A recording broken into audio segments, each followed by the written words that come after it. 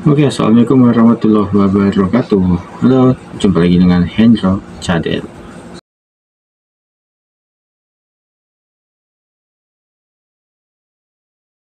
Apa kabar semua? Bapak guru hebat seluruh Indonesia dan juga seluruh netizen di Indonesia yang budiman. Kali ini kita akan membahas yang sedang viral berkenaan dengan seorang guru, teman-teman, yang dapat dikatakan memberikan surat terbuka melalui akun TikToknya.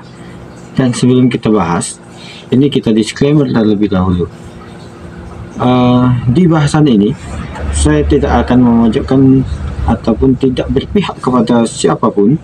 Ini hanya berbicara pada pendapat saya dan juga analisis saya, dan juga berdasarkan pengalaman yang saya dapatkan berkenaan dengan dunia pendidikan. Jadi kita tidak akan memihak manapun, kita berusaha hanya ini sebatas argumentasi dan mudah-mudahan tidak menjadi polemik juga. Dan sebelum kita mulai, silahkan di subscribe, juga like dan serta di share agar channel ini bisa berkembang lebih baik.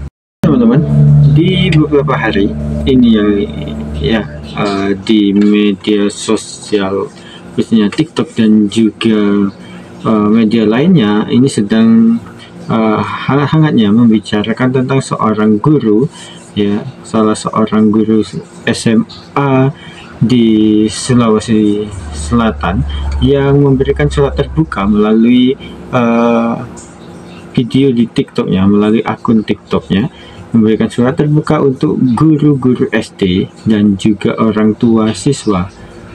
Dengan alasan apa memberikan surat terbuka? Yaitu tulisan anak-anak itu sulit untuk dibaca dan juga tulisannya juga itu masih sangat-sangat sederhana, tanda kutip sangat-sangat sederhana. Jadi ibu tersebut yang kita ketahui namanya adalah Wika Hayu, itu memberikan surat terbuka. Video ini menjadi viral dan menjadi sedikit polemik di masyarakat, sehingga pihak terkait memanggil ibu Wika ini, khususnya dinas setempat, itu meminta klarifikasi, dan nanti ada juga permintaan maafan dari Ibu Wika. Seperti apa videonya? Kita saksikan berikut ini. Surat terbuka untuk semua guru SD dan orang tua yang masih sementara sekolahkan anaknya di SD. Tolong ajari siswa anak menulis. Karena di SMA Bapak Ibu tidak tahu baca. Tidak tahu apa tulis. Padahal kelas 12 nih. Lihat apa tulis. Lihat. Apa mau dibaca kalau begini? Apa mau dibaca kalau begini? Lihat Lihat. Lihat tulisannya, tidak bisa dibaca. Sama, tidak pakai spasi. Jadi minta tolong kerjasamanya, ajari anak untuk menulis, karena SMA tidak tahu baca. Terima kasih. Assalamualaikum warahmatullahi wabarakatuh. Terkait permasalahan di sosial media tentang video saya yang menuai kontroversi pro, kontra, dan kegaduhan, di sini saya ingin meluruskan permasalahan ini. Saya meminta maaf terkait ekspresi saya atau mimik wajah saya yang membuat ketersinggungan dari beberapa pihak. Dan dalam hal ini saya tidak ada niatan untuk menyinggung atau menyalahkan dari pihak manapun. Dan saya hanya berharap agar kedepannya tidak ada lagi kasus siswa SMA yang tulisannya sulit untuk dibaca. Nah, marilah kita bersama-sama untuk membimbing dan memperhatikan anak-anak kita, karena menjadi cerdas dan berkarakter adalah tujuan utama sebuah pendidikan. Terima kasih. Assalamualaikum warahmatullahi wabarakatuh. Ya, dari video tersebut bahwa Ibu Wika sebenarnya memberikan surat terbuka ya kepada semua guru SD dan juga orang tua yang masih menyekolahkan anaknya di SD ya. Isi dari surat tersebut ini menggunakan bahasa Sulawesi sepertinya ya. Jadi intinya adalah tolong ajari anaknya, siswanya untuk menulis ya, kemudian membaca, agar apa, ketika anaknya SMA itu sudah bisa calis tuh baca tulis itu. Jadi ibu ini mendapatkan kendala, sebenarnya mendapatkan kendala yang ditemui dalam kehidupan sehari-harinya sebagai seorang guru, mendapatkan tugas-tugas anak, tulisan-tulisan anak itu sangat sulit untuk dibaca seperti itu. Nah, jadi mungkin keresahan hati ibu itu ya.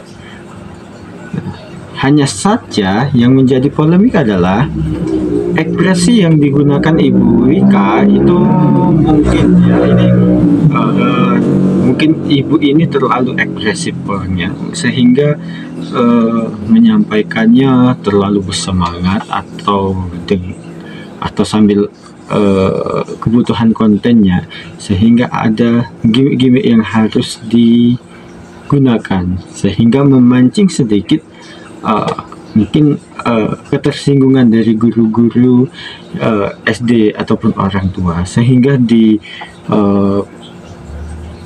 TikTok, di komenan TikTok atau di TikTok ataupun yang lainnya itu banyak komen-komenan yang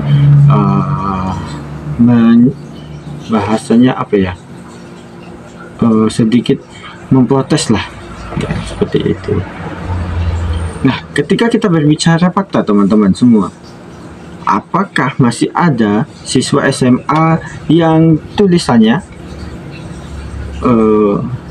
sulit dibaca dan juga masih sulit untuk menulis? Jawabannya masih teman-teman. Bahkan termasuk saya, sebenarnya tulisan saya juga masih sangat-sangat jelek teman-teman. Tetapi itu tidak menjadi masalah. Kenapa bisa saya katakan seperti itu? Karena dalam 12 tahun pengalaman saya dalam dunia pendidikan ya, ketika saya harus terjun di antara dua jenjang yaitu SMP dan SMA, selama 12 tahun ini saya mendapatkan hal yang serupa dengan Ibu Wika, tetapi ya ini menjadi keresahan diri saya sendiri sebenarnya, tetapi tidak terlalu saya up ke media sosial seperti itu. Nah, berbicara tentang membaca ataupun menulis, memang itu nyata teman-teman semua. Saya berada di satu lingkungan pendidikan yang ada SD-nya, SMP-nya, bahkan SMA-nya. Saya pun melihat itu, saya beberapa tahun di sana, itu saya melihat kondisi yang seperti itu.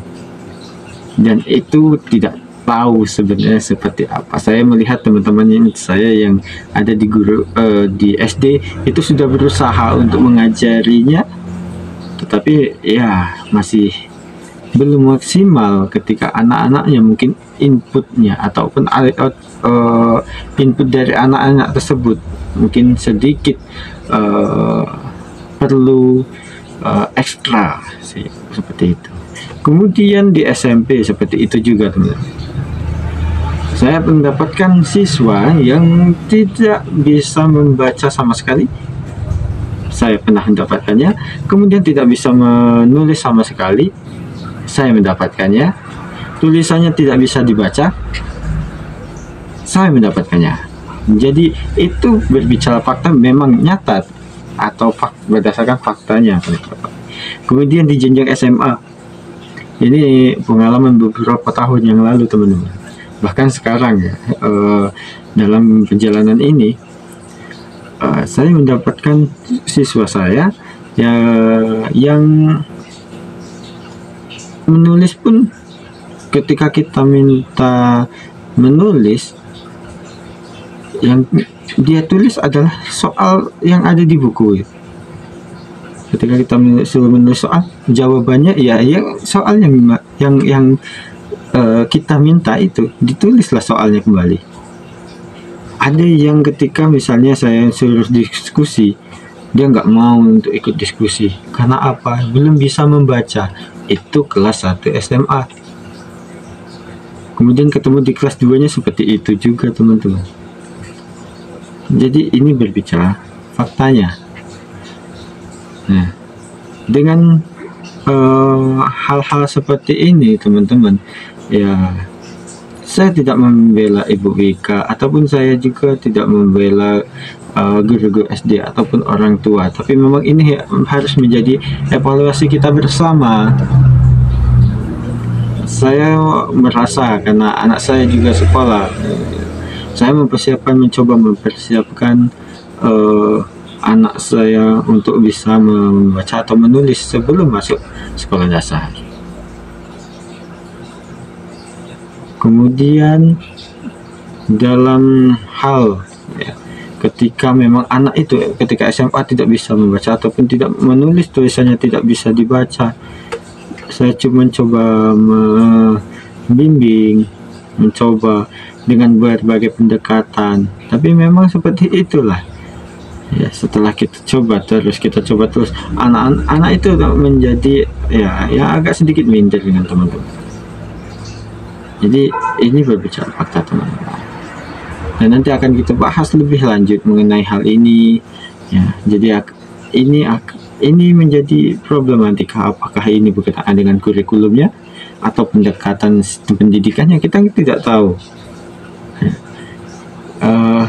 Ketika kurikulum 13 itu diterapkan bahwa anak-anak itu bisa remedial, ketika remedial dilakukan, ya di situ menjadi pertanyaan bagi kita, anak-anak harus tuntas dan sebagainya. Kemudian di kurikulum merdeka, anak-anak itu ya lebih merdeka seperti itu ya. Kita harus melakukan pendekatan berdiferensiasi dan yang lainnya. Mungkin disitulah letak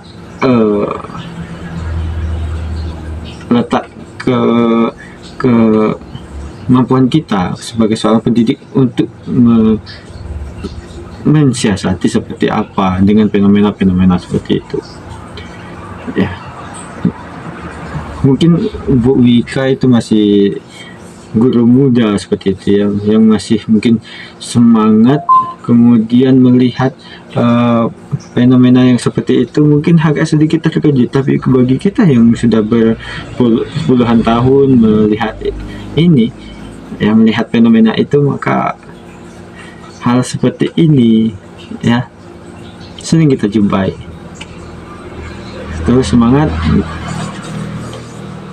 semoga ini bisa menjadi renungan kita bersama, baik orang tua, guru SD, guru SMP maupun guru SMA, bahkan di dunia perkuliahan, bagaimana menyiapkan para pengajar yang mampu yang menggunakan ilmunya ya, dari teori yang didapatkan di kuliah langsung ke prakteknya sebagai seorang pengajar di lapangannya di sekolah ya. Karena mungkin ya guru-guru muda itu mendapatkan ilmu yang banyak teori yang didapatkan di kampus, tetapi pada kenyataan